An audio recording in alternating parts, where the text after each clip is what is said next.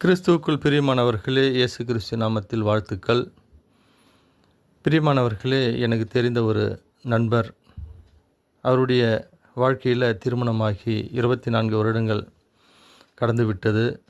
ஆனாலும் அவர் குடும்பத்தில் சமாதான சந்தோஷம் இல்லாமல் இருவரும் தனித்தனியாக வாழ்ந்து கொண்டிருக்கிறார்கள். அதுக்கு என்ன காரணம்னு சொல்லி அவரோடு நான் பேசி கொண்டிருக்கும்போது அவர் சொன்ன சில காரியங்கள் உங்களோடு கூட பகிர்ந்து கொள்ளுகிறேன். அவர் குடும்பத்தில் முதலாவது கணவன் மனைவி மீது ஒரு சந்தேகம். மனைவி அழகாக இருக்கிறா, தவறாக நடந்திருப்பாளோ அப்படின்னு சொல்லி சில சந்தேகங்கள். அதுக்கப்புறம் பார்த்திங்கன்னா பணப்பற்றாக்குறை, குடும்பத்தில் தேவைக்கு போதுமான பணம் பற்றாக்குறையாக இருக்கிறது. அடுத்தபடியாக கணவருடைய அம்மாவுக்கு மருமகளை பிடிக்கலை, அவர்களுக்கு ஏற்ற ஒரு மருமகளாக இல்லை, கீழ்ப்படியில், அந்த மாதிரியான சில காரியங்கள் சொல்கிறாரு. அடுத்ததாக அவர்கள் இருவரும் எப்பொழுதும் ஒரு சண்டை போட்டுக்கொண்டே ஒரு சரியான உறவு இல்லாமல் வாழ்ந்து கொண்டே இருக்கிறார்கள். அதனால் அவர் 2 பேரும் பிரிஞ்சு ஓரிரு வருடங்கள் தான் ஒன்றாக சேர்ந்து வாழ்ந்தார்கள். ஆனால் இன்றைக்கு 24 வருடங்கள் ஆகியும் அவர் குடும்பத்தில் சேரவே முடியாமல் தடுத்து கொண்டே இருக்கிறது.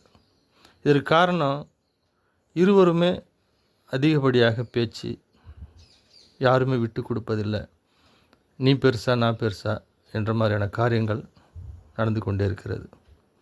பிரியமானவர்களே, குடும்பத்தில் சமாதானம், சந்தோஷம், நம்ம விரும்பியபடி ஒரு வாழ்க்கை அமைய வேண்டுமானால் நம்முடைய வாயை நாம் அடக்கி தேவனுக்கு உகந்த வார்த்தைகளை மாத்திரமே பேசி தேவனோடு கூட உறவில் இருந்தோமானால் நம்முடைய குடும்பத்தில் தேவன் நமக்காக வைத்திருக்கிற ஆசீர்வாதங்களை நாம் பெற்றுக்கொள்ள முடியும்.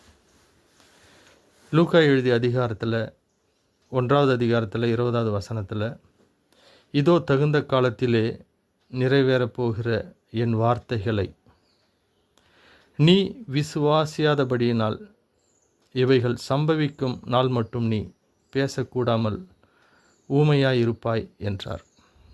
தேவன் நமக்கு கொடுத்திருக்கிற ஆசீர்வாதம், தேவன் நமக்கு கொடுத்திருக்கிற வார்த்தைகள், இது நடக்கணும்னு சொல்லியாச்சுன்னா நம்முடைய வாயை நாம் அடக்கி ஆள வேண்டும். நம்முடைய வாயின் அதிகாரத்தில் தான் நன்மையும் தீமையும் வச்சிருக்கிறேன்னு ஏசப்பா சொல்கிறார். ஜீவனையும் மரணத்தையும் நம் வாயின் அதிகாரத்தில் வைத்திருக்கிறார். தேவன் கொடுத்த ஒரு பெரிய ஆசீர்வாதம் தான் இது. இந்த ஆசீர்வாதமான இந்த அதிகாரத்தை நாம் எப்படி பிரயோஜனப்படுத்தி கொள்ளுகிறோம்? முறுமுறுத்து நம்முடைய வாயினால் வருகிற வார்த்தைக்கு வல்லமை இருக்குதுங்க. நீங்கள் தப்பாக பேசினா தப்பான காரியங்கள் நடக்கும், நீங்கள் சரியாக பேசினா சரியான காரியங்கள் நடக்கும். நீங்கள் ஆசீர்வாதமாக பேசினால் ஆசீர்வாதமான காரியங்களே உங்களுக்கு கிடைக்கும். அதனால தான் ஏசப்பா கூட சொல்லுவார், நீங்கள் சபிக்கிறவங்களை ஆசீர்வதிங்க, அப்போ ஆசீர்வாதம் உங்களுக்கு கிடைக்கும். அவங்க சபிக்கிறாங்கன்னு சொல்லி நீங்கள் பதிலுக்கு சபிக்காதீங்க அப்படின்னு சொல்லியிருப்பார் அவருடைய மலைப்பிரசங்கத்தில். இயேசு கிறிஸ்து பாருங்களேன், மார்க்கு எழுதிய சுவிசேஷம் 15:3 பிரதான ஆசிரியர்கள் அவர் மேல் அநேக குற்றங்களை சாட்டினார்கள், அவரோ மறுதரம் ஒன்றும் சொல்லவில்லை. இந்த மறுதரம் ஒன்றும் சொல்லாமல் அவர் ஏன் அமைதியெல்லாம் இருந்தார்னு சொல்லியாச்சுன்னா, தேவனுடைய வார்த்தைகள் நிறைவேற வேண்டும். தேவனுடைய வார்த்தை நிறைவேறணும் அப்படின்னு சொல்லியாச்சுன்னா சில இடத்துல நம்ம அமைதியாக இருக்க வேண்டும். சாத்தான் நம்ம குடும்பத்தில் சமாதானத்தை கெடுக்கிறதுக்கு பல வகையான காரணங்களை நம்ம உள்ளத்தில் எழுப்புவான். அந்த காரணத்தை எல்லாத்தையும் நம்ம உள்ளத்திலே அடக்கி வைத்து தேவனுக்கு மாத்திரம் நம்ம நன்றி சொல்லி துதித்து கொண்டே இருப்போமானால் அந்த உள்ளத்தில் எழும்புகிற அந்த கோபம், தாபங்கள் எல்லாம் அப்படியே அமுங்கி போகும், சமாதானம் வரும். நம்ம உள்ளத்தில் கோபம் வருதுன்னா உடனே அதை வெளிப்படுத்தாதீங்க. தேவனுடைய சந்நிதியில் போய் உட்கார்ந்து தோத்திரம் சொல்லி அவருக்கு நன்றி சொல்லி அவருடைய பாடல்களை பாடி நாம் தியானிப்போமானால் அந்த பிறர் மீது எழும்புகிற அந்த கோபம், அந்த பொறாமை, எரிச்சல், இது எல்லாம் அப்படியே அமுங்கி போகும். பிரியமானவர்களே, இயேசு கிறிஸ்து 15:5 பாருங்களேன். இயேசுவோ அப்பொழுது உத்தரவு ஒன்றும் சொல்லவில்லை. அதனால் பிலாத்து ஆச்சரியப்பட்டான். நம்முடைய உயிரை பாதுகாத்துக்கிறதுக்கு நம்ம பொய் சொல்லுவோம். உண்மையாக அவங்க நம்ம மேலே குற்றம் சொன்னால் கூட நம்ம பொய்யை சொல்லி அதை மறுதளித்து எப்படியாவது நம்ம உயிரை காப்பாற்றிக்கணும்னு நினைப்போம். ஆனால் இயேசு கிறிஸ்து அவர் ஒன்றுமே பேசாமல் நிற்கிறார். அப்போ அந்த ராஜாவுக்கு தெரியுது அவங்க சொல்கிறதெல்லாம் பொய்ன்னு.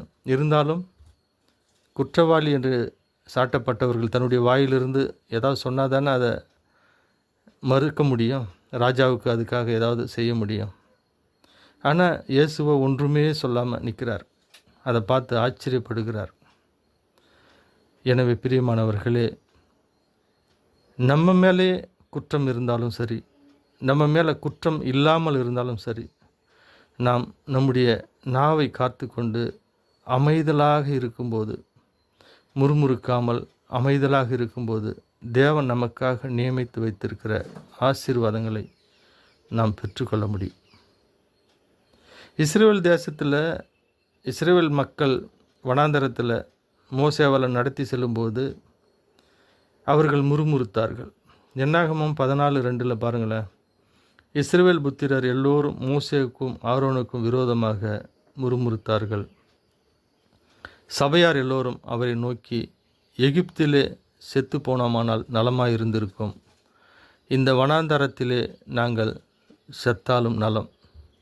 எப்படி பேசுகிறாங்க பாருங்களேன். நாங்கள் செத்து போனால் நலமாக இருக்கும், அந்த எகிப்தில் செத்து போயிருந்தால் நலமாக இருக்கும். இந்த மாதிரி சாபமான வார்த்தைகள் எப்பொழுதும் நம்முடைய வாயில் வரக்கூடாதுங்க. நீ செத்துப்போ, அழிஞ்சுப்போன்னு சொல்லி பிள்ளைகளை சபிப்பது, பெற்றோர்களை சபிப்பது, கணவன் மனைவியை சபிப்பது, இந்த மாதிரியான காரியங்கள் நம்முடைய நாவலை வரவே கூடாது பாருங்கள். இப்போ இவங்க சொன்னாங்க செத்து போயிருந்தால் நலமாக இருக்கும்னு. அந்த தேசத்து மக்கள், அந்த இஸ்ரேல் மக்கள், பாலும் தேனும் ஓடுகிற ஆசீர்வாதமான தேசம், கடவுளை அழைத்து செல்லுகிற அந்த தேசத்துக்கு அவங்க போக முடியாமல் வனாந்தரத்திலே மரித்து போனார்கள். தன்னுடைய நாவின் அதிகாரத்தால் தான் அவங்க மரித்தாங்க. எனவே பிரியமானவர்களே, நம்முடைய நாவை நாம் அடக்கி ஆளும்போது தேவன் நமக்கு வைத்திருக்கிற ஆசீர்வாதம் நம்ம உள்ளத்தில் வந்து நிரம்பி வழியுங்க.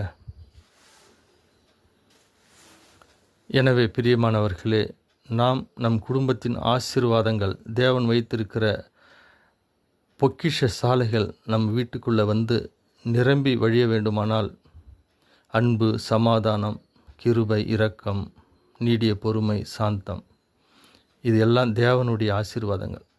இது இல்லாமல் உலகத்தில் நம்ம வாழ்வதற்கு தேவையான அறிவு, படிப்பு, செல்வம், இது எல்லாமே தேவன் நமக்கு கொடுக்க வல்லமையுள்ளவராக இருக்கிறார். நாம் ஒரே ஒரு காரியம் தான் செய்யணும். எந்த இடத்துல பேசணுமோ அந்த இடத்துல மாத்திரம் பேச வேண்டும். எந்த இடத்துல நாம் பேசக்கூடாதோ அந்த இடத்துல பேசாமல் நம்முடைய நாவை அடக்கி ஆண்டுவோமானால் தேவனுடைய ஆசீர்வாதங்கள் நம்மில் நிரம்பி வழியும். ஜெபிப்போம். அன்பும் இரக்கமும் கிருபையும் சமாதானமும் உள்ள எங்கள் அன்பு தேவனே, இந்த நாள் முழுவதும் நாங்கள் வாழ்வதற்கு, இந்த நாள் முழுவதும் உம்முடைய பெயர் மகிமைப்படும்படியான ஒரு வாழ்க்கையை நாங்கள் வாழ கிருபை பாராட்டுங்கப்பா. எங்கள் குடும்பத்தில் தடைப்பட்டு இருக்கிற ஆசீர்வாதங்கள் மீண்டும் எங்கள் குடும்பத்தில் நிரம்பி வழியவும், குடும்பம் செழித்துவங்கவும், பிள்ளைகளுடைய வாழ்க்கை சிறந்து விளங்கவும் நீர் எங்களுக்கு தயவு பாராட்டுங்கப்பா.